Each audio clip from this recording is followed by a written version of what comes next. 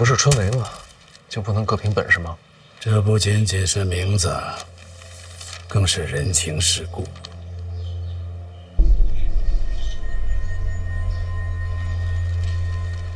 范闲啊，木秀于林，风必摧之。会做学问，更要会做人。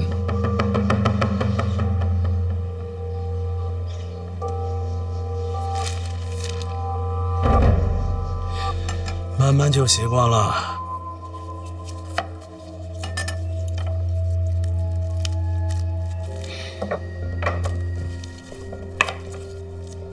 见过郭征了？师伯这都知道。郭征原本是御史大夫，郭攸之入狱以后，暂领礼部尚书一职，春闱科举诸般竞技，你得多问问他。我跟郭征是见过一面，只是不怎么谈得来。师伯，郭征主导翻修考院一事不合规矩，毕竟多年为官，都磨透了。怎么让规矩保护自己，你将来也得学学。我知道你心里不舒服，狠心过了春闱这一关，你未来仕途不可限量。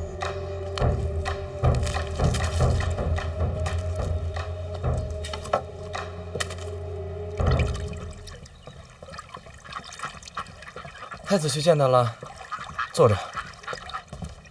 是。之后范闲又去了林相府上，上赶着打招呼啊。殿下，咱们这儿也好几个呢，要不然也送一份。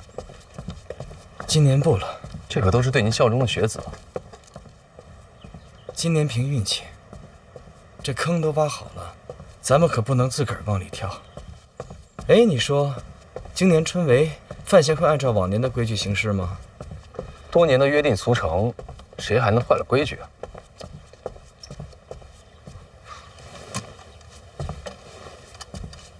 他不一样，别人习惯的呀，他未必习惯。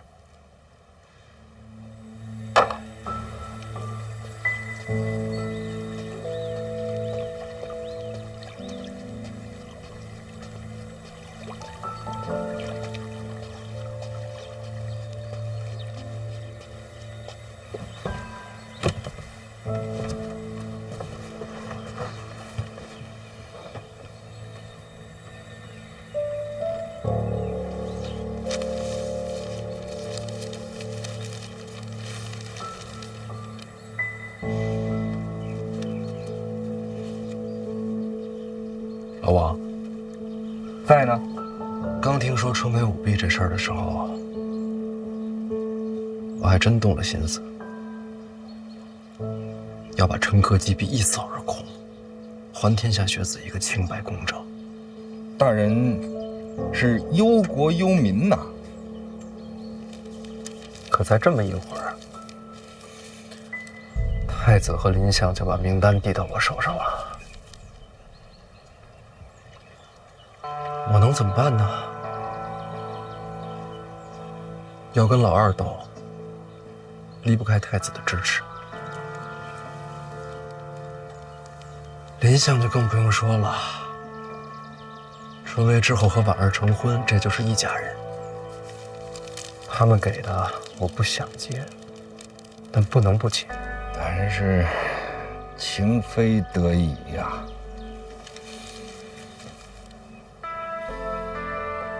你知道林相跟我说什么吗？说什么了？他说所有人都习惯了，要我忍一忍。我若是忍了，将来也就习惯了。所有人都习以为常，我又何必去当什么出头鸟？我此刻出了头，那就是满朝皆敌，刀剑如雨。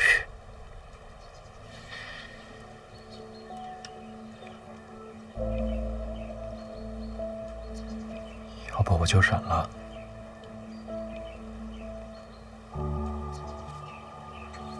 大人前途无量啊！凭什么所有的祸都要我来闯？凭什么我就得面对众叛亲离、人间荣誉？老王，我就是个普通人，我没那么特别，我也没那么勇敢，我也没那么正义。大人问心无愧啊！本来就问心无愧，我本来就问心无愧，犯错的又不是我。大人，没有人与您争执啊！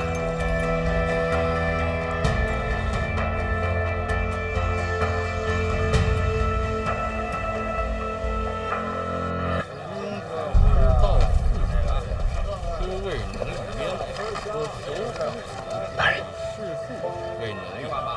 什刹那几人并无异常，您知道，我就是看看。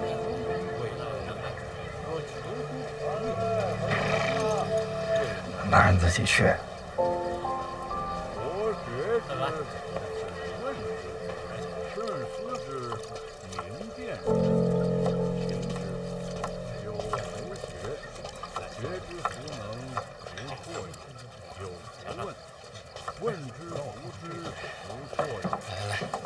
来，食菜，吃完再看。起来，来。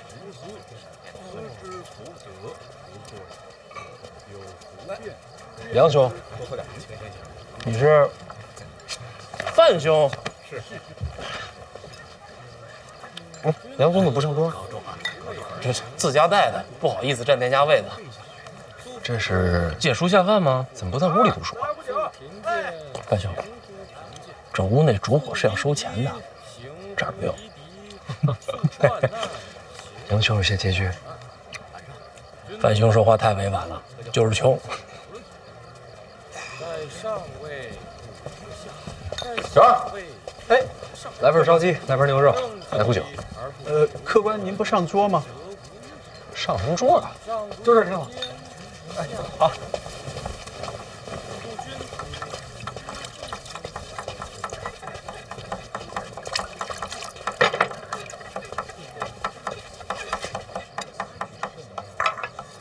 范兄，你这是？啊，相识就是缘分，咱俩喝一杯。这怎么好意思啊？你将来回请我就是了。哎，不必如此。一饭身当谢来。哎，二位客官，慢用啊！哎，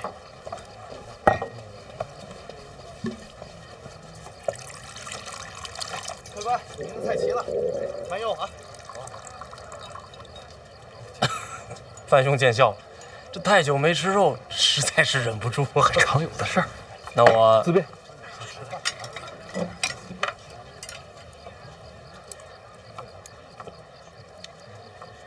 之前在考院听杨兄说，你想做官。我们来京都是为了什么？做官，那我们来考院做工是为了什么？也是做官。讲，做梦都假。是为了录取功名，光宗耀祖？不是，因为我忍不住。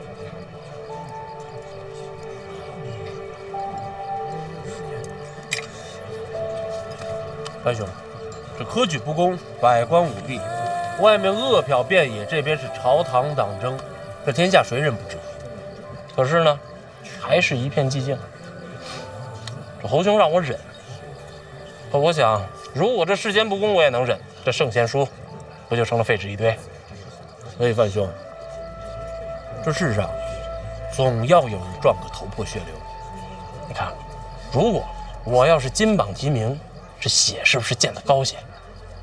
这声响是不是大些？这听到的人是不是多些？我想做官，是因为我不想认。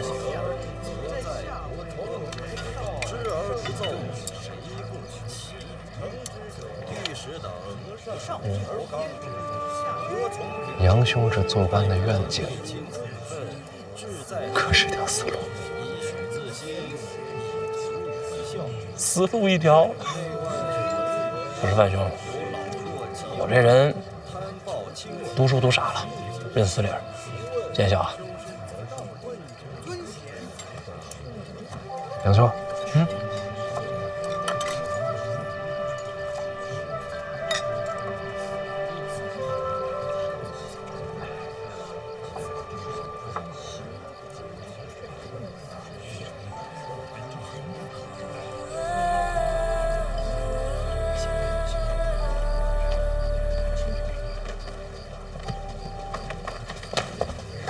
老邓辛苦啊！这2天接着盯客栈，严重了，严重了，职责所在。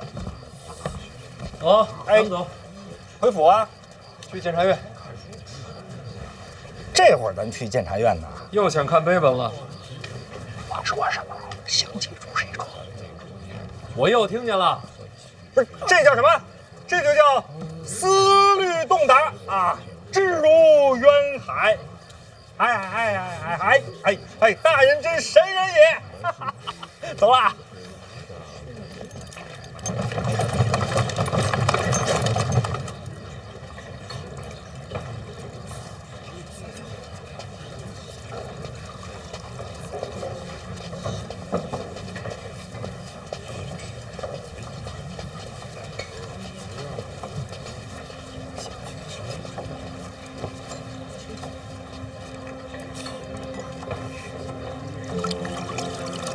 思君令人老，岁月忽已晚。弃捐勿复道，努力加餐饭。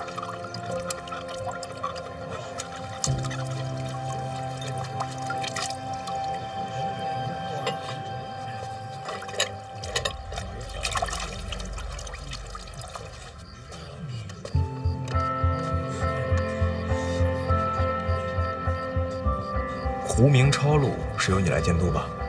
到时候这几个名字帮我扫一眼。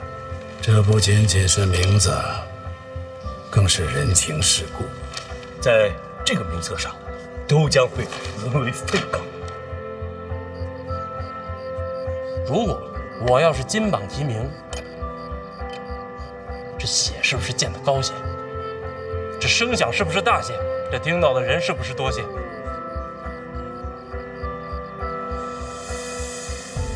其实我也知道，我根本就上不了榜，该分的都分完了，哪还有我们的份儿啊？不过我一穷书生，我还能怎样？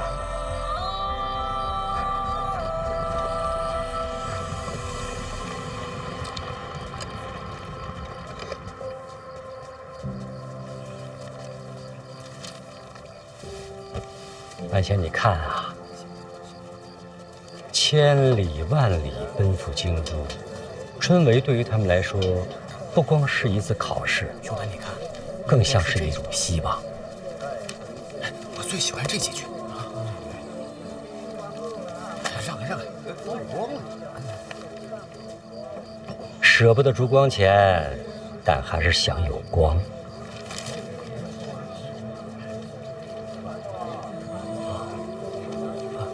谢谢。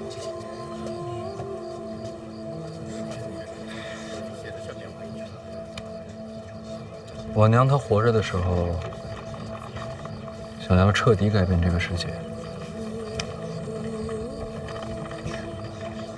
不光是改变世界，你娘还说要改变的还有人心。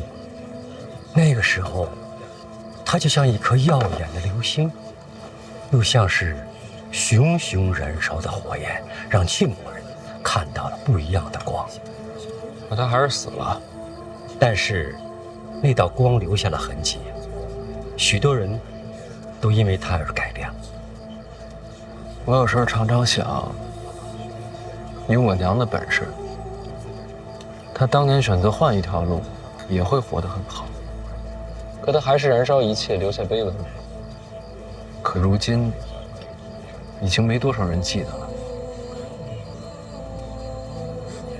你说她后悔吗？绝不后悔。直到生命最后一刻。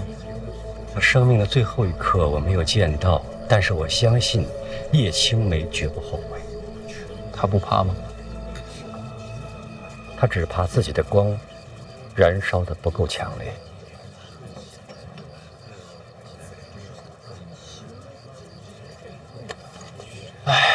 没想到啊，有一天我会当闯火的人。我想闯个祸。好啊，去吧，闯多大的祸我来接着。总不能什么锅都让你背。什么锅？我还有一个更好的挡箭牌。还有人比我能挡箭？那是天下第一挡箭牌。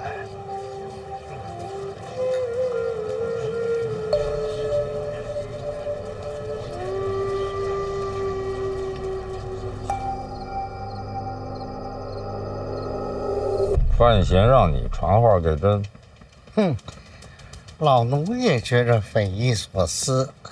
你看这么多年，也没见过小范大人这么办事儿的。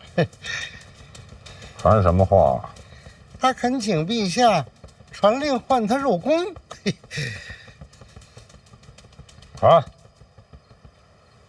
哎，遵旨。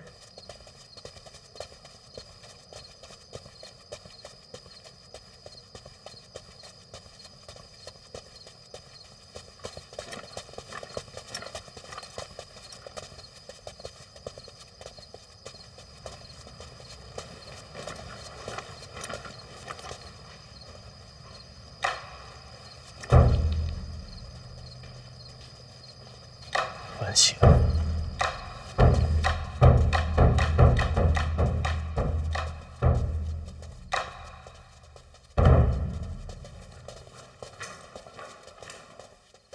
小范大人，龚统领，有事儿？这么晚了，您这是？陛下召见。现在，按规矩，这时辰，外臣不能入宫。陛下的旨意才是规矩啊。职责所在，公公见谅。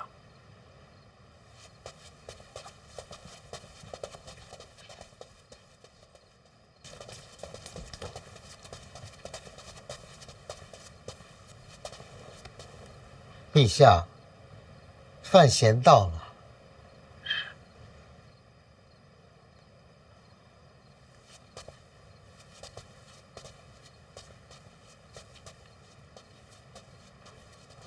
陛下，臣听闻您前些日子被火药炸了，真是心神不宁，特地调配了一些烧伤药。还有啊，您每日操烦国事，臣还准备了一些安神补气的补药。这个每天晚饭后熬煮服用。这烧伤药是外敷的。还有什么？没了。你说你心神不宁，朕怎么不信呢？朕已经被炸伤好几天了，你现在才来？调配药膏花了些时间。还有，你想让朕召见你，干嘛绕这么大圈子？给谁看呢？还真是什么都瞒不过陛下。行了，有什么事儿快说。陛下，您相信臣吗？想说什么就说。陛下知道春闱舞弊一事吗？臣自做了居中郎以来，每日收到许多纸条，纸条上写满了名字，而这些名字都是被人事先选好，预定要金榜题名的。接着说。臣斗胆想为这次春闱求一份公平。你要公平，找朕干什么？臣怕牵扯太深，臣一人担当不住。放眼庆国，能挡这场风波的，就只有陛下您。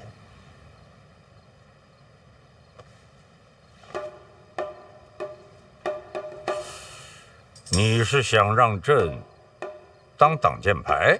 不是为我，是为庆国。你这口气怎么这么像赖明成啊？对于赖明成的死，你是不是心有怨气呀？是。不该有。是。你倒挺坦诚。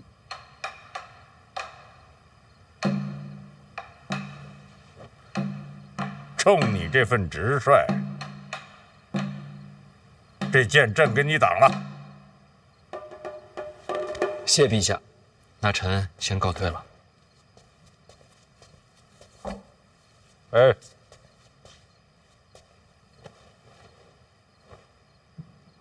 把药给朕敷上。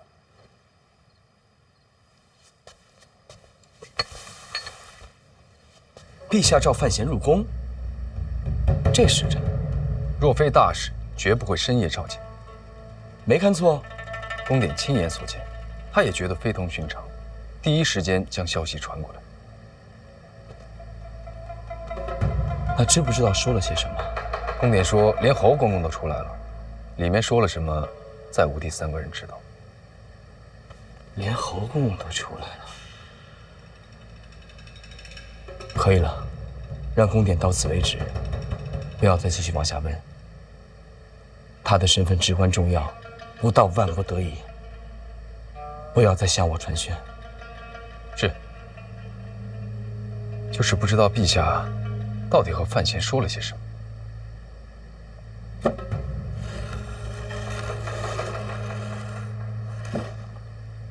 说什么无关紧要，深夜召见又是单独入宫，范闲在陛下眼中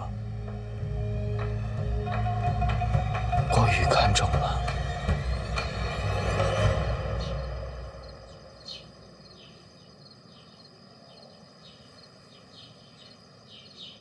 陛下，这事儿啊，我实在是办不了，还请殿下见谅。听说陛下昨日召你入宫了，确有此事。那陛下有交代什么吗？陛下什么都没说，什么都没说。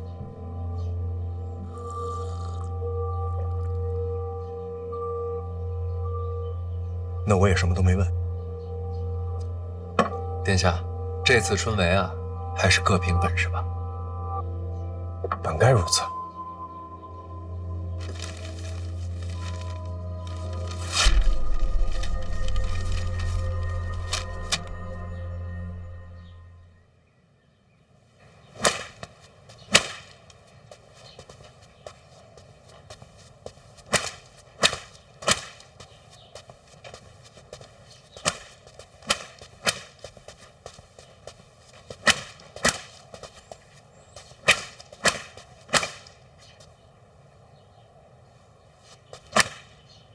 小秦大人，小范大人，我猜你啊就会走这条路。为什么？你怕见人呢？这不证明咱俩有缘吗？小范大人，我在军中的时候呀，欠了些恩情。这几个名字呢，还请小范大人照顾一二。抱歉啊，人数不多，还请小秦大人帮我往外传话。什么？本次春闱不论门生，只看才学，不论谁的名单，我都不接。昨晚陛下召见，可就是为了此事。陛下可什么都没说啊。哦，明白，什么都没说，我也什么都没猜。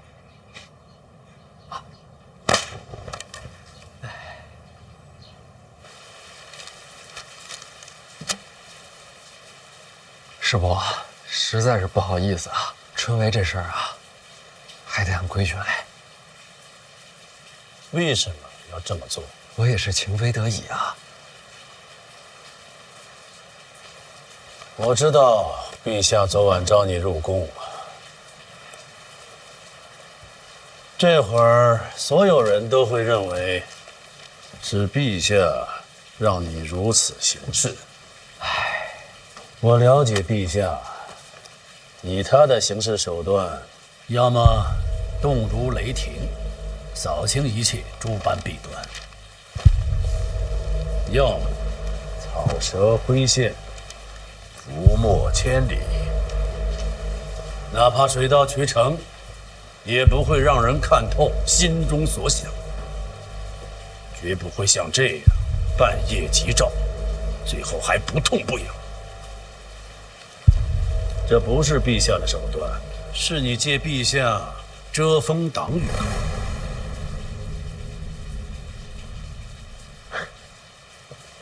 世伯真是了解陛下，没人能真正了解他。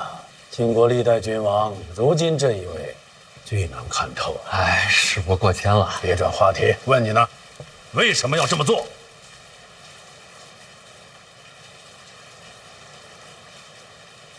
其实我就是想，哪怕就一次也好，让这春闱科举有法可依，有理可循。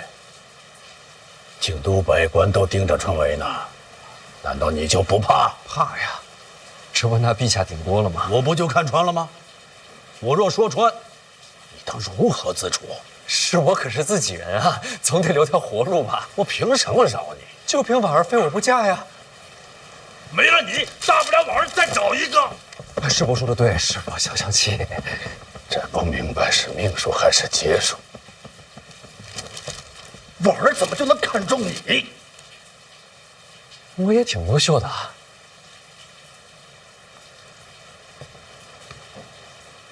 让春闱有法可依，图什么？啊？你这么做，你能得到什么好处？其实世伯上次说的话，我听懂了。木秀于林，风必摧之嘛。所以我也想过，随波逐流，与世浮沉，有什么不好啊？看不惯的事儿嘛，忍一忍，将来就看惯了。但是不行啊，我夜里睡不着，心里边煎熬。有3个字，就那么翻翻滚滚的，怎么也压不下去。哪3个字？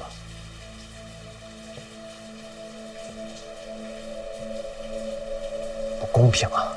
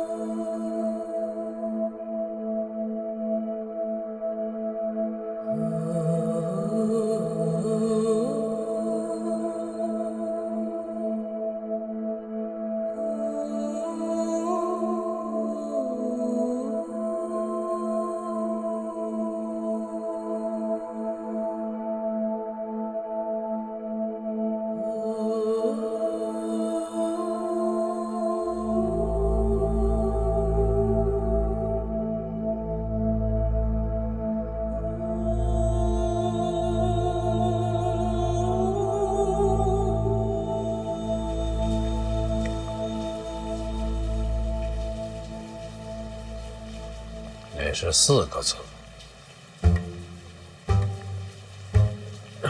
最后那个“阿”字不能算吧？都是读书人，遣词用字亦当谨慎。下次一定注意。不公平，原来是为了这个。哎，你说这个世上有公平吗？没绝对，有相对。什么？这个世界上没有绝对的公平，就好比有的人一生下来就家财万贯，有的人一贫如洗，有人才思敏捷，有人大智若愚。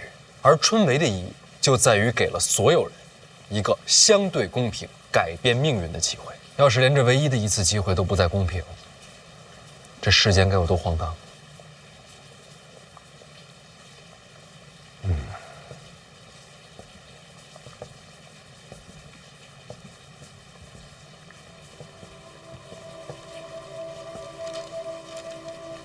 好吧，就让京都公平一回。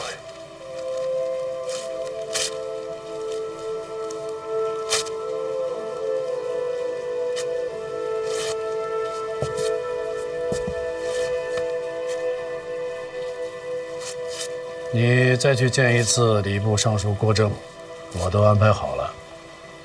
春闱的忌讳规矩问得详细一些。你为他们争公平，别让自己落陷阱。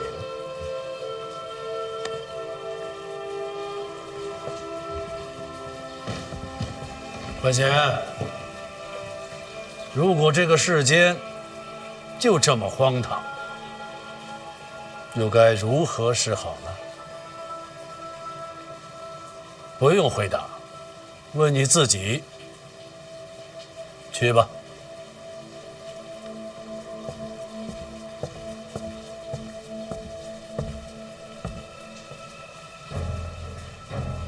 公平。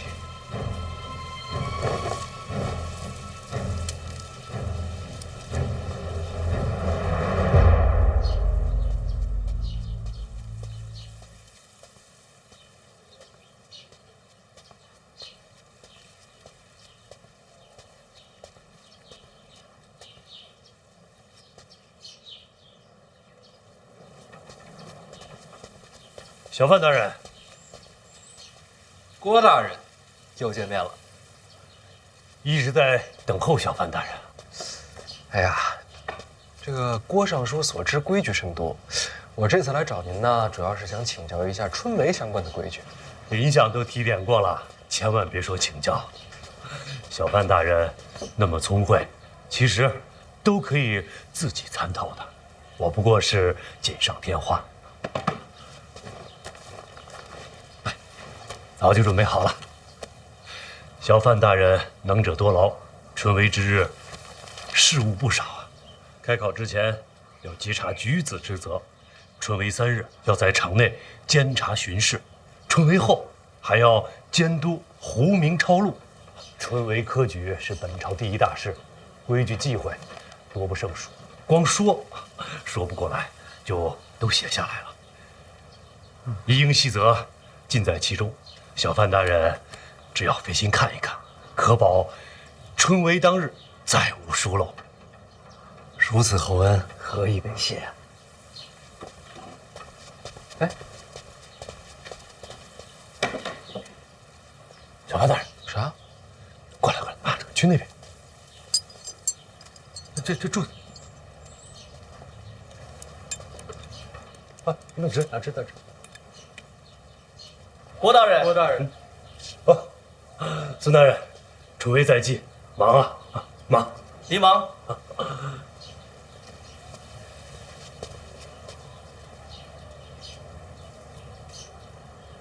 郭大人辛苦啊！谢谢。现在就盼着小范大人早日著书立学，郭某就心满意足了。那就多谢郭大人了，告辞。小范大人慢走。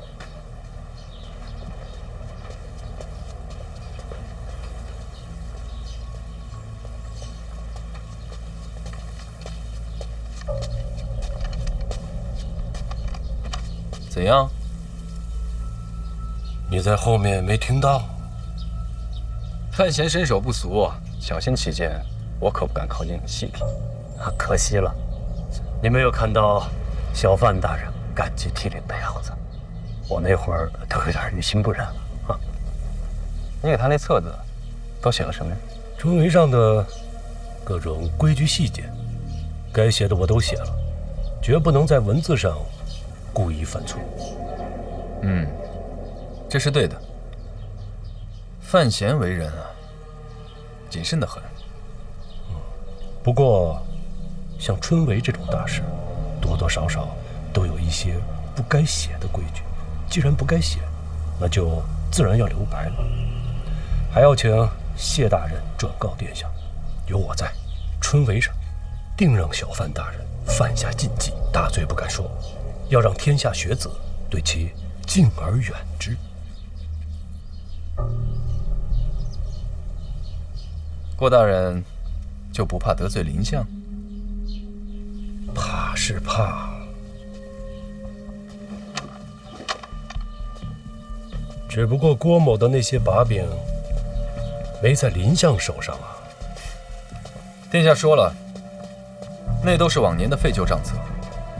禁足之后，当亲自登门致谢上书，顺便把那些废纸都一并烧个干净。就请殿下等着看好戏吧。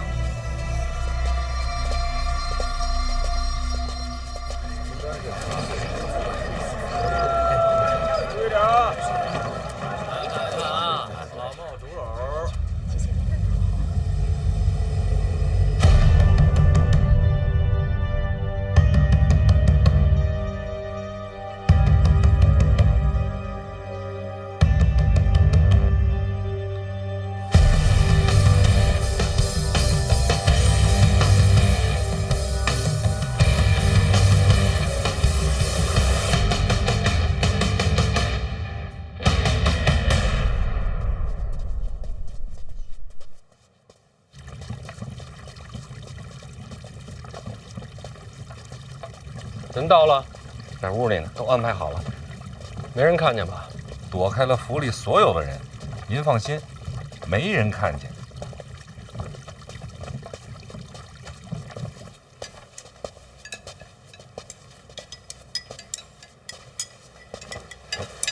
真是饿坏了。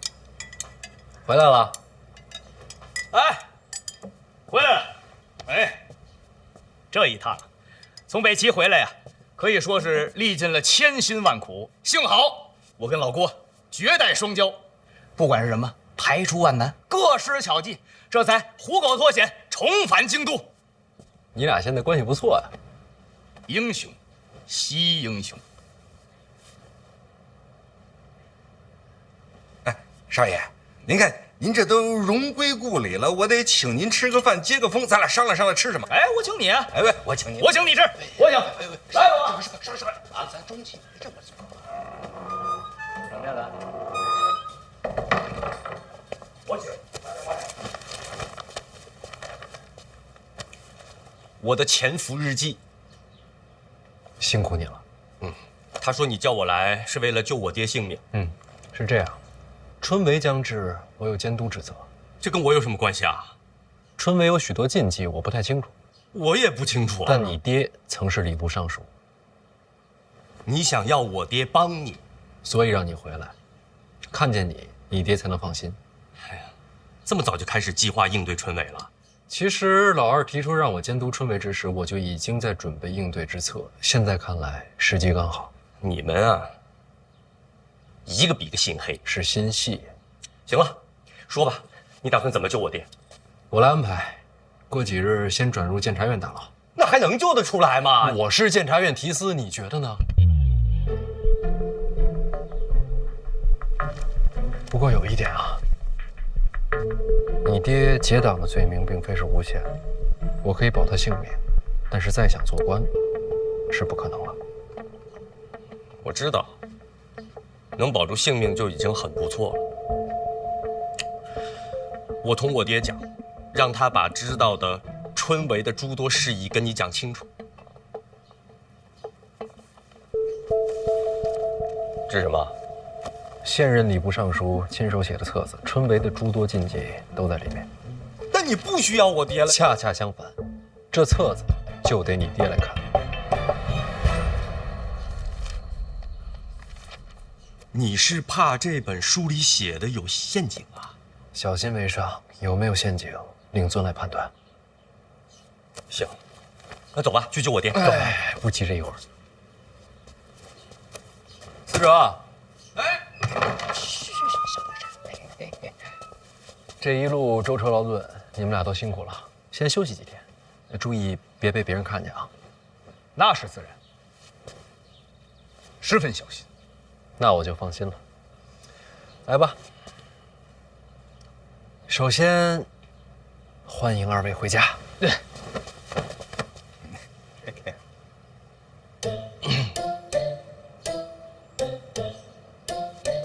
是不是有些尴尬？是不是有些味儿大？你俩要不洗洗，都臭了。我臭吗？哎，行，走走，我给你搓搓。走，快！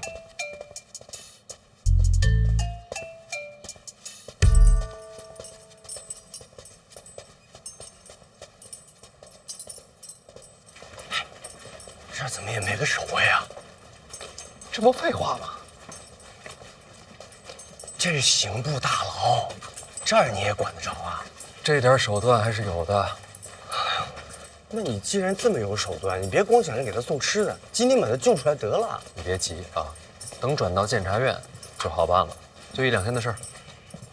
放宽心，这回不骗你。你都骗了我好几回了。郭少，怎么你跟我说话，我就觉得味道不对呢？我洗过了。你还是闭嘴吧。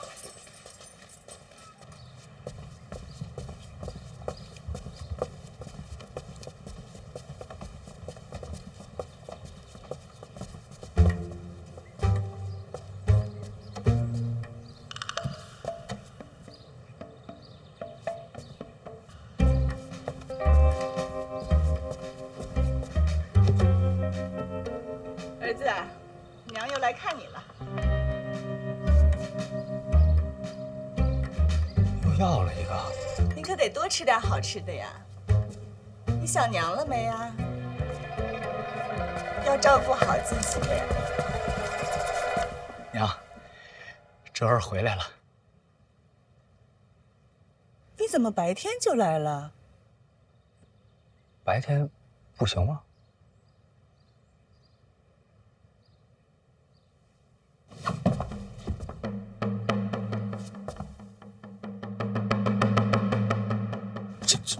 这什么意思啊？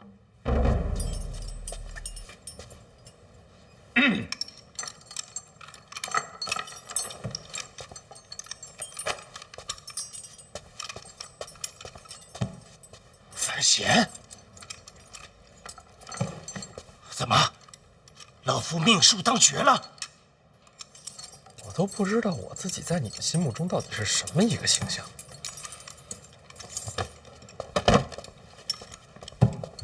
爹，我来了，爹。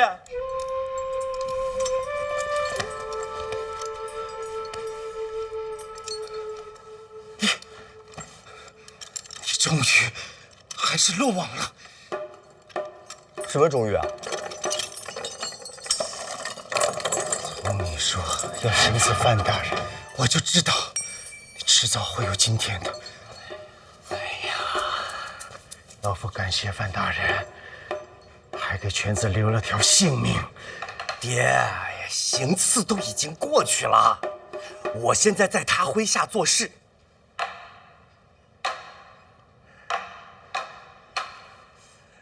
原来如此，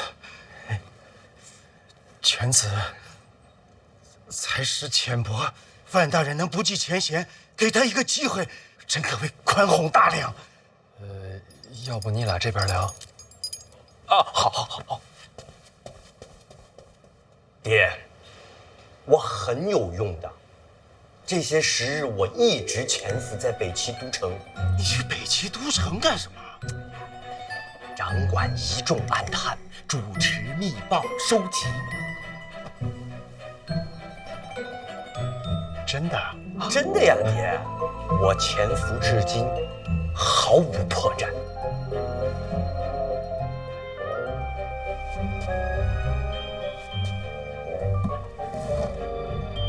北齐这是要亡了？那倒也不至于。爹，您说这话就有点太不信任我了。这么些年了，你还是不了解我的才华。哎，爹，怎么了？竟然不是做梦。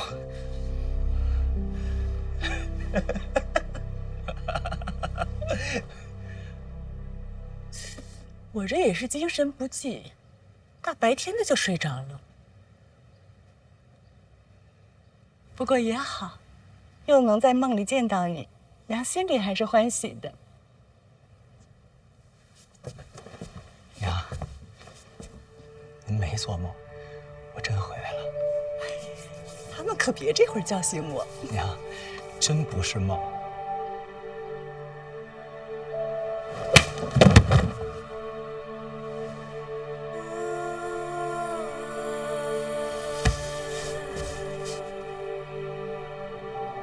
娘，梦里不会疼，你疼吗？疼啊！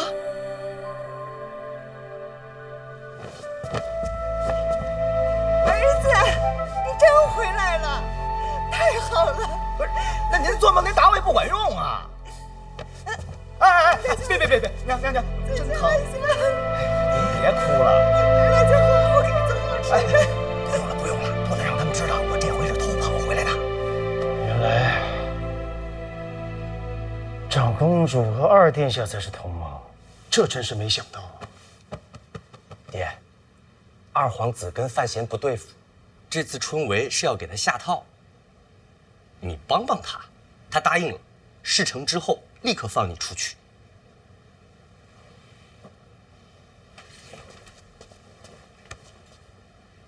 郭先生这是做什么？感谢小范大人救犬子一命。哎呀，不是救我，是救你。哎呀，我出不出去无所谓，只要能救犬子的命，就是让郭某赴死也是理所当然。我说话算话，一定救你出去。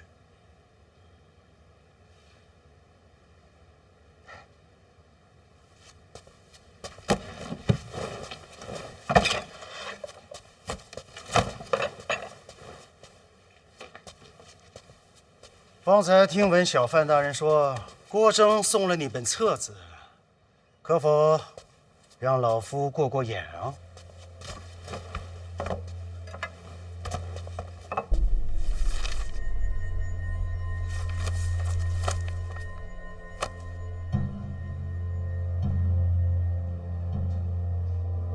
爹，怎么样啊？这上面诸多细则倒是没错。那要按照这上面说的，范闲就能把事儿办好了。春闱上细则之外的规矩，这上面可没提呀。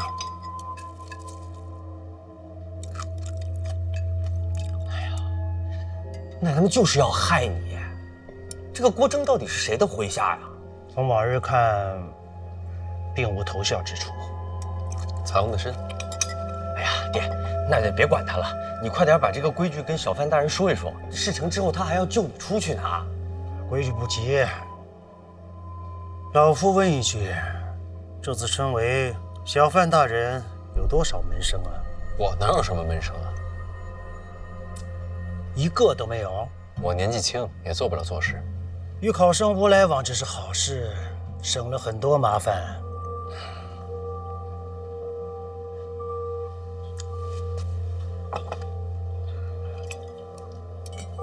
小范大人，是不是想到什么了？前几日倒是见过几个考生，只是见，一起聊了会儿天儿，喝了酒。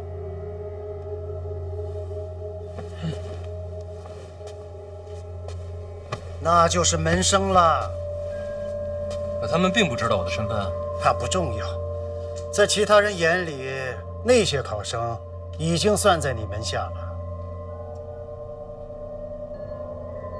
哎呀，爹，你别管什么门下不门下了。庄莫涵庄大师都已经把自己的书送给他了，他现在也是文坛传承，有几个门下很正常的。你别打岔。哦，小范大人，春闱上考生们最痛恨的是什么？舞弊营私。你的门生就是营私的门路。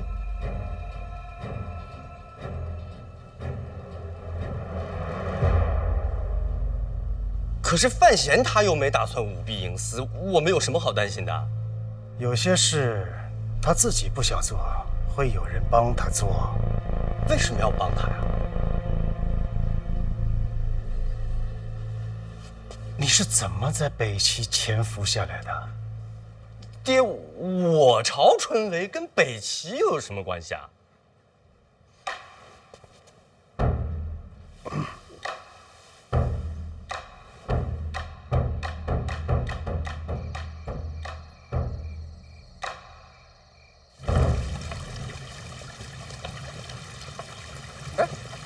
银鼎，司者，哥，你们找我有事儿？干嘛呀你？别架着我呀！怎么回事啊？我也不知道。人呢？放开我！这还憋着跟范闲争家产呢？你胡说八道什么呀？那都什么时候事儿了？现在都一家人，娘有事求他。求他别害他呀！什么害他呀？四哲说的对，您是长辈，您跪我这儿让人瞧见了，可不是害我吗？啊，不是，就咱们仨，我这又没人看见，偷偷。我嘴太快了，娘，我真忍不住啊！哎，姨娘，咱都是一家人啊，有什么求不求的，有什么话您尽管说。咱还不坐着说啊？来，来，姨娘，喝点水。哎，谢谢哥。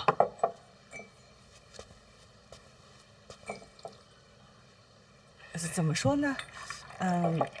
你看吧，姨娘我年纪渐渐大了。啊，姨娘永远年轻。你这孩子这么会说话呀？思哲要跟你一样就好了。他这孩子吧，从小就淘气，我有时候看着呀是真烦，可是看不见吧，我又想他，也不知道是不是上辈子欠他的。姨娘这是想说，能不能不让他去北齐了？姨娘放心，这次思哲回来，本来就没想让他离开京都了。真的？您还没问我呢，我要去北齐。范闲都说你不用去了，不是他让我去，是我自己想去。为什么呀？这次北上吧，其实我见识了不少，虽然是有些危险，也有点苦。所以你别去了呀。娘，你让我说完。但是我找到了我活着的意义。您看，过去我在京都待着，是又安全，也吃喝不愁，但是天天吃喝玩乐的，那活着有什么劲呢？我这回去了北齐，我感觉自己好像还有点用，虽然就帮庆国帮了这么一点点儿，但我觉得也够了。我不想再回到过去做那个无所事事、无人在意的范思哲了。那，你还去北齐？去做什么呀？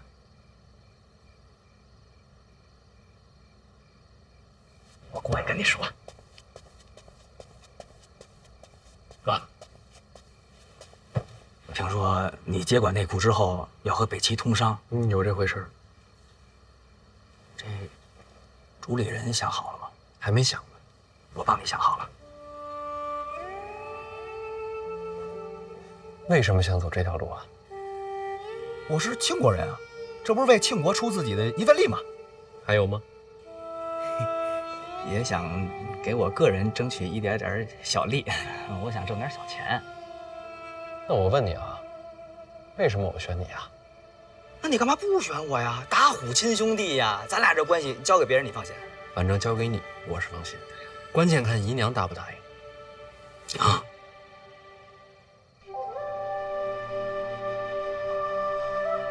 你打算什么时候走呀？您这是同意了？我也想看你长大嘛。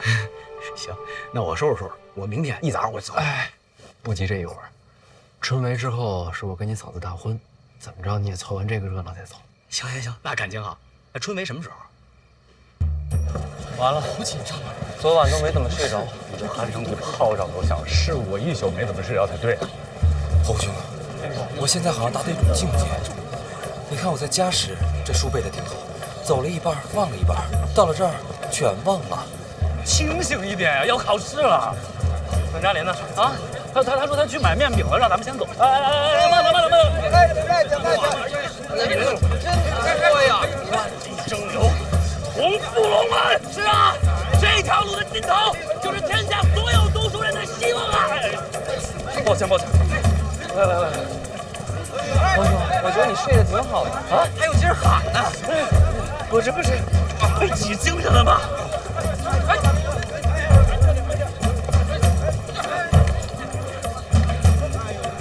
抱歉。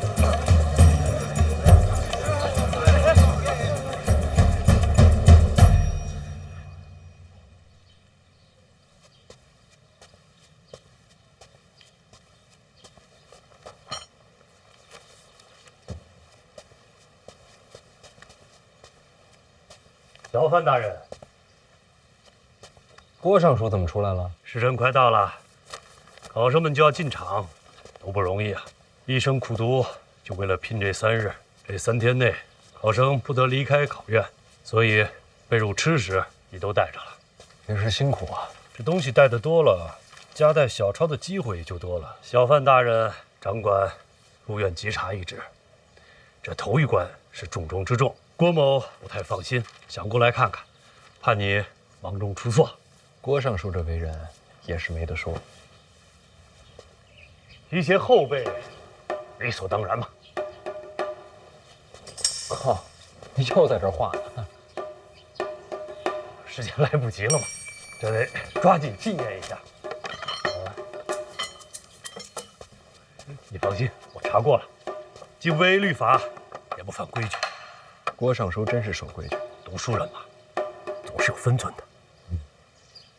大人，这是工作日志。郭大人，这个造型这么白，更有力量感啊，是吗？力量，情绪，重要的是情绪。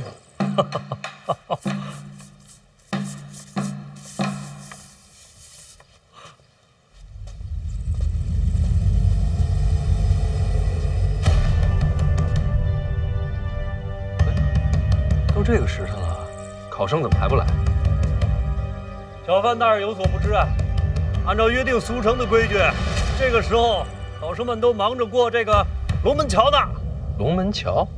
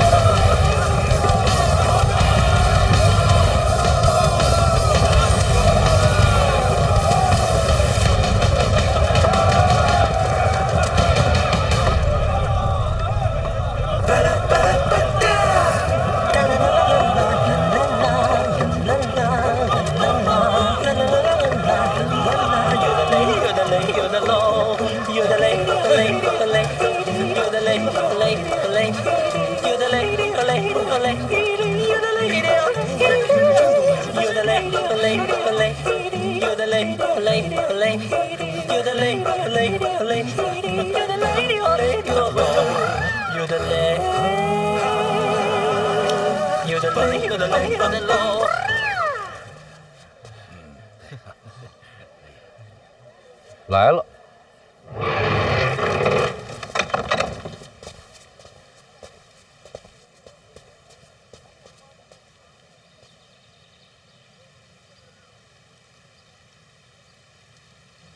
诸位早上好，我是范闲，是小范师先，未来的文坛宗师啊！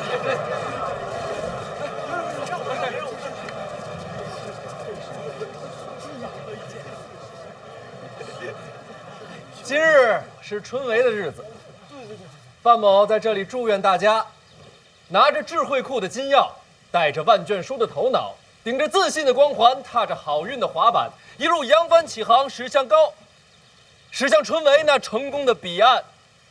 加油，雄起！祝福的话说完了，范某有一点丑话，也要说在前面。今日春闱，范某领了入院稽查之职。诸位身上要是有不该带的东西，烦请入院之前扔在此处。谁要是进院之后被发现了，一律取消春闱资格，绝无转还余地。范某，拜托各位了。小范大人发话了，不能让小范大人知道。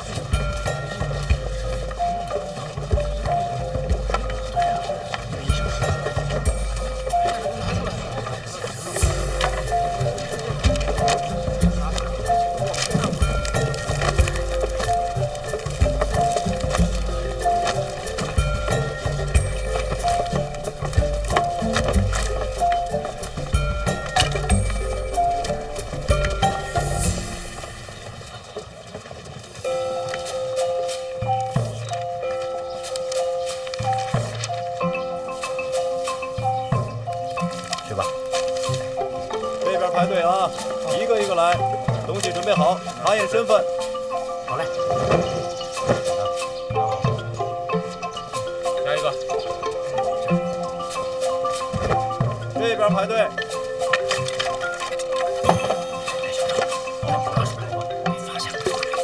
你的东西拿出来。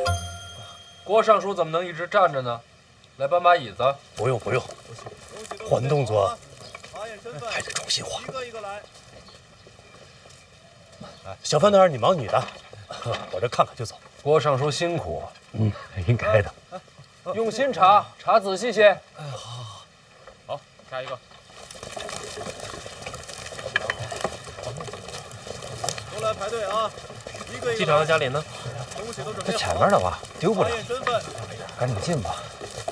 你没瞧见小范大人？下一个。来，东西放这儿。还真有人夹带小抄啊！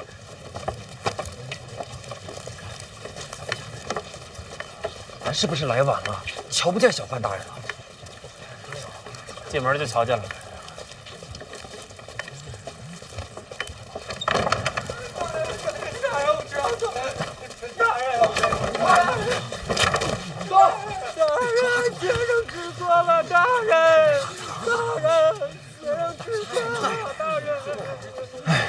又是个藏小抄进考院的无耻之徒，活该，书都白读了。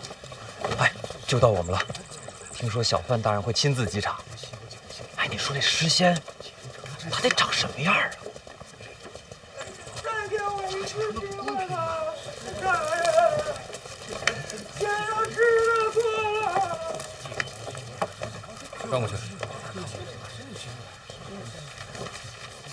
好，这边走。飞猪放这儿啊！哎，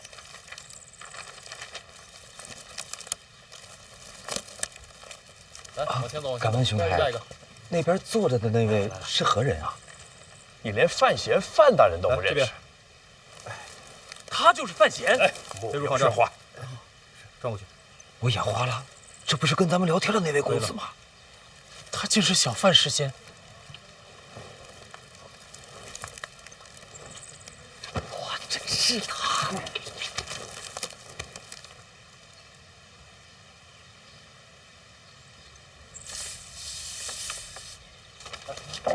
去！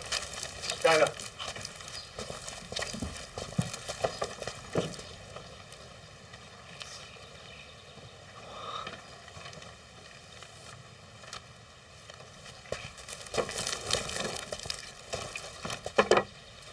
这是什么？哦，菜饼。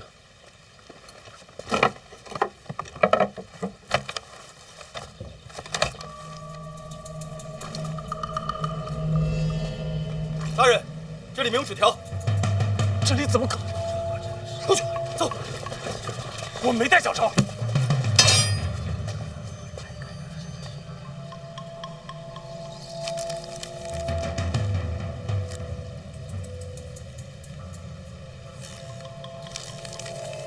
这是什么？胆子这么大呀！这是不想考的呀！回大人，学生不知。学生当真不知此事。我作证，杨雄才学非凡，绝不会有此等卑劣之行。叫什么名字？哪里学子？学生杨万里，泉州人士。杨万里，正是。小范大人，这不是你的门生吗？范闲跟他们见过面，看来这4个就是小范大人看好的了，不费几个人力入手，4个都下手，那就过犹不及了。挑一个。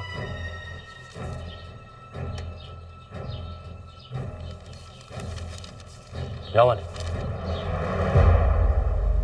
小范大人的学生不是，这该如何是好啊？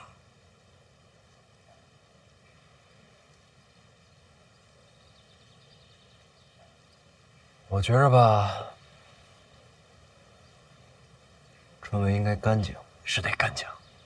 那就按规矩办。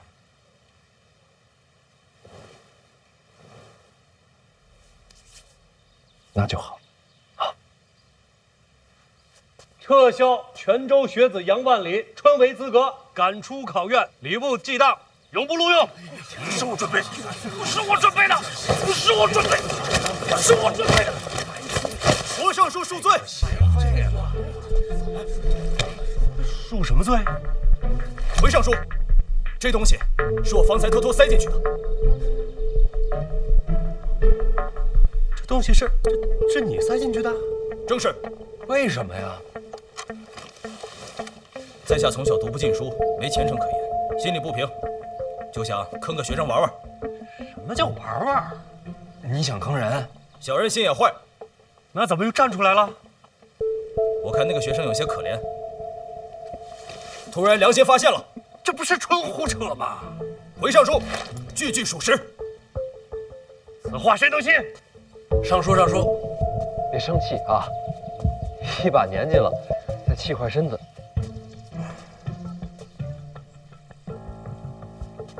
小人好惭愧。你先闭嘴。好嘞。小范大人，杨兄绝不是这种人。郭尚书，礼部的规矩我确实不懂，能不能多问一句？请讲。您刚才说要把这考生逐出考场，礼部记档。正是如此。那这罚的可够重的。请问他犯什么错了？夹带小抄，人品低劣。哪有小抄啊？这，小范大人，这众目睽睽，那是我干的。闭嘴。好嘞。您说这个呀？这要定罪的话，这就算罪证。要不，咱把罪证打开看看？当然得看，必须得看。我也想看看，这都写的是些什么？肉饼2钱1个，面饼1钱2个。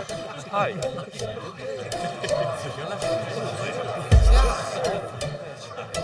这饼价也是圣贤定的。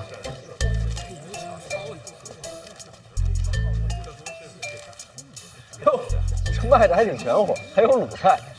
这既然是饼价，为何藏于篮中？这篮子里装的什么呀？这篮子里装的才……那有没有可能是店家不小心掉进去的？又或者是我记错了？这肉饼2钱1个，确实是上古奇书圣贤所言。要不郭尚书再查查？哎，3日用餐不可油腻啊，你得吃面饼。学生受教了啊！快进去，进去。上！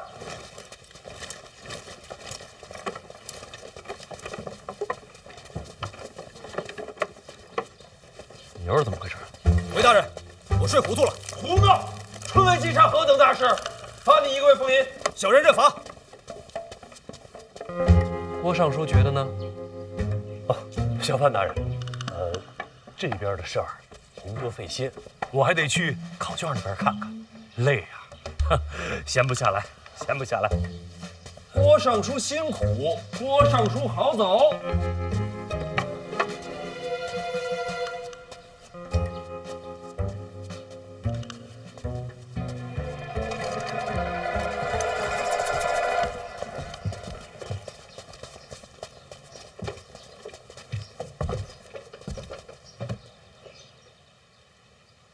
谁教你的？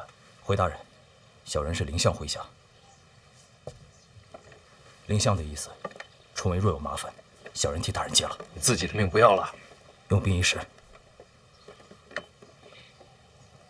回去转告师伯，回沪的心意我领了，春闱的事儿我自己接着。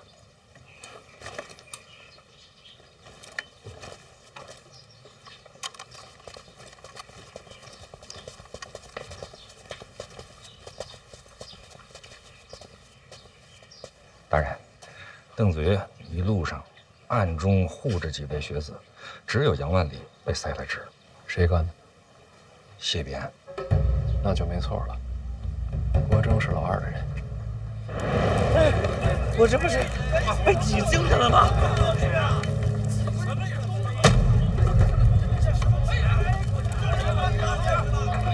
给我进来！这郭征手段可是够恶毒的。这才刚开始，还有3天，咱们好好陪郭大人玩玩。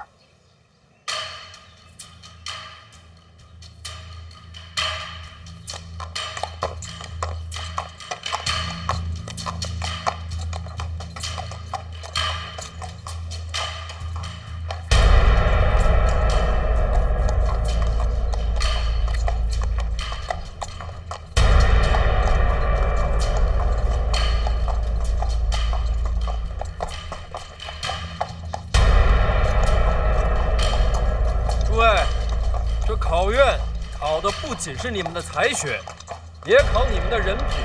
我祝各位前程似锦，也劝你们好自为之。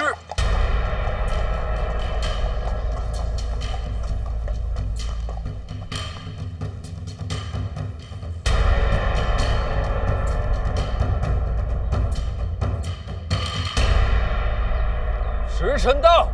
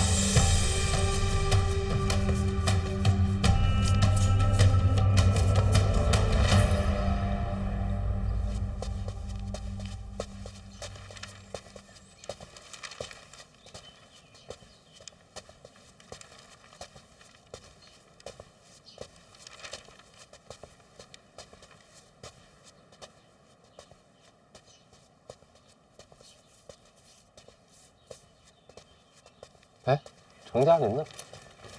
在东二啊。停一下。这是要做什么？大人，该发蜡烛。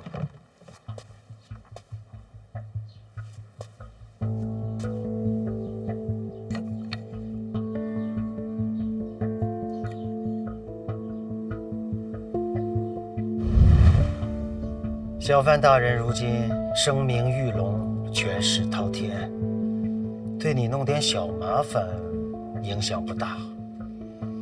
想要你身败名裂，必须是大麻烦，而这第一件事就是火。考院内由礼部向各号房分发蜡烛，以职责而论，这件事必定由你经手。众考生挤在一起，若蜡烛动了手脚，什么后果？火灾。若几间号房同时起火，搞不好就是一场惨剧。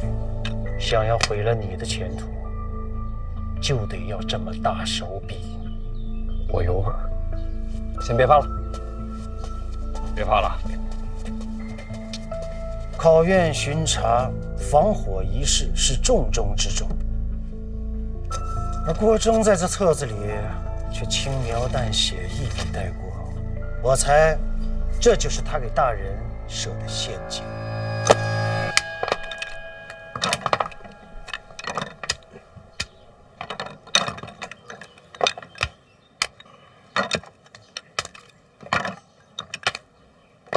这边也都有火油。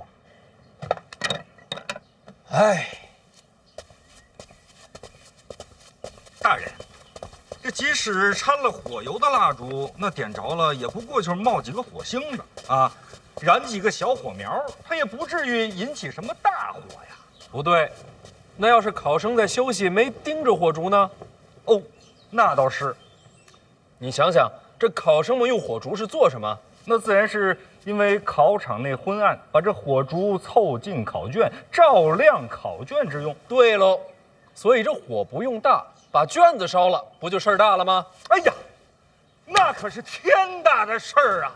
听见没有？这批火烛不能用。大人，可是现在去哪儿搞这么多火烛啊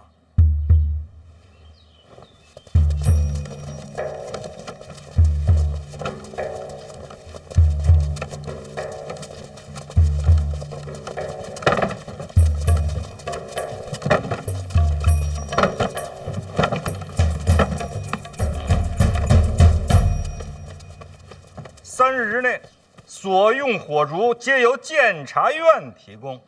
还有啊，把这个麻烦转交给尚书大人。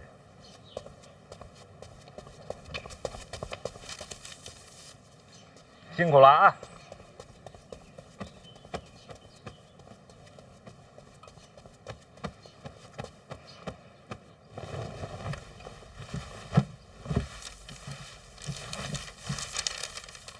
入库账册什么意思？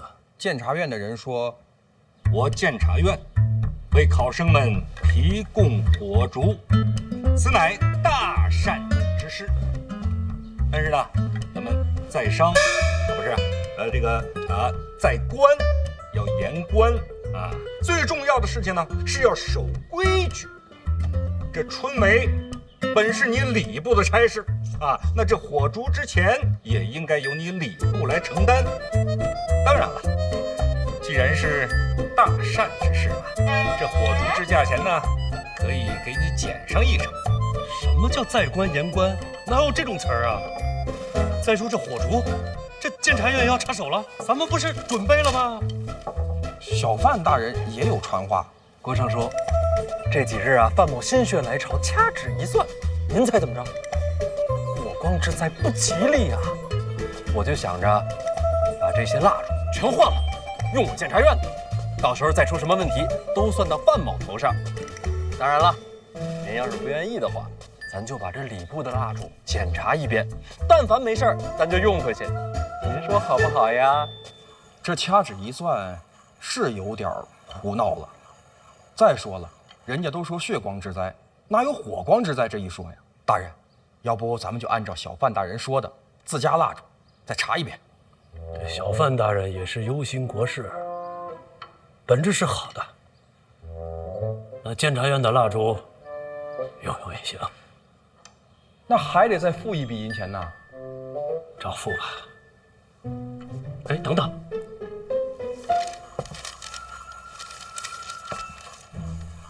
这不是说好少1成吗？这怎么比原价还贵了？还有运费呢。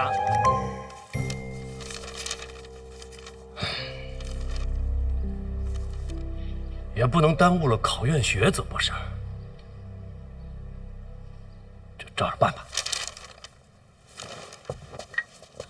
来啊，这是你的，谢谢，小心用火，手啊，好嘞，注意安全，这是你的，谢谢，多谢，小心使用，谢谢，小心火烛啊，来，拿好了，好，小心用火啊，来，注意安全，谢谢，谢谢。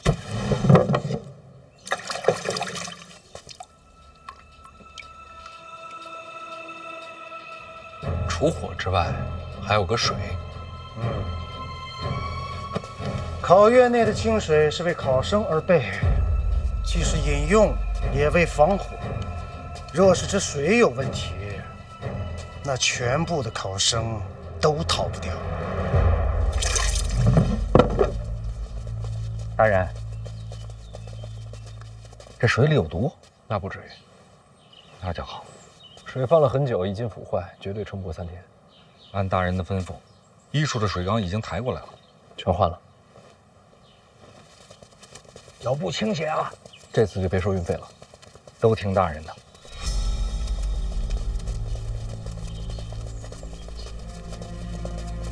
大人，这火烛的事儿，咱不给他弄大了吗？几只火烛被动了手脚，算不得什么大事。这种麻烦要等大火起了才算致命。那大火要是真烧起来，那就全完了，可不是吗？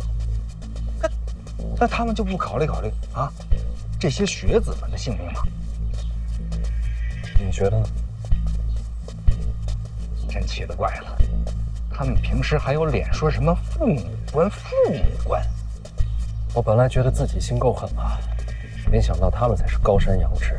哼，这种高山呀，垮了才好。再想想，还有什么疏漏？水火咱都排除了，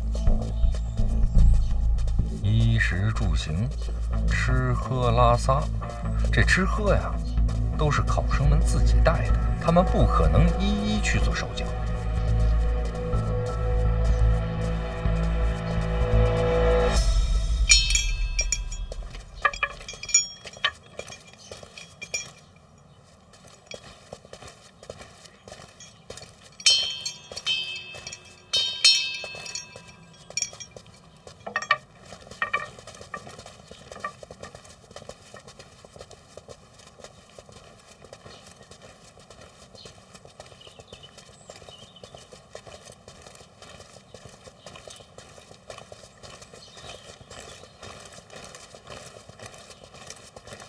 这是干什么去的？这是出大宫去茅房的。不是隔间里边都摆了马桶吗？以前是都用马桶，可是毕竟这考成为3日，气味难闻，影响这些考生的发挥，后来就都改成去茅房了。这就是避不开的地方。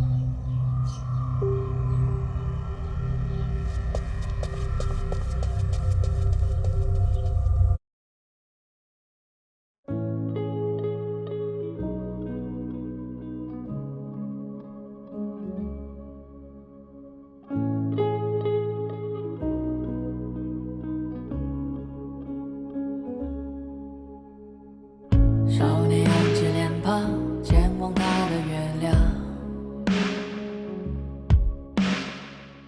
人们笑他狂妄，人怎可不一样？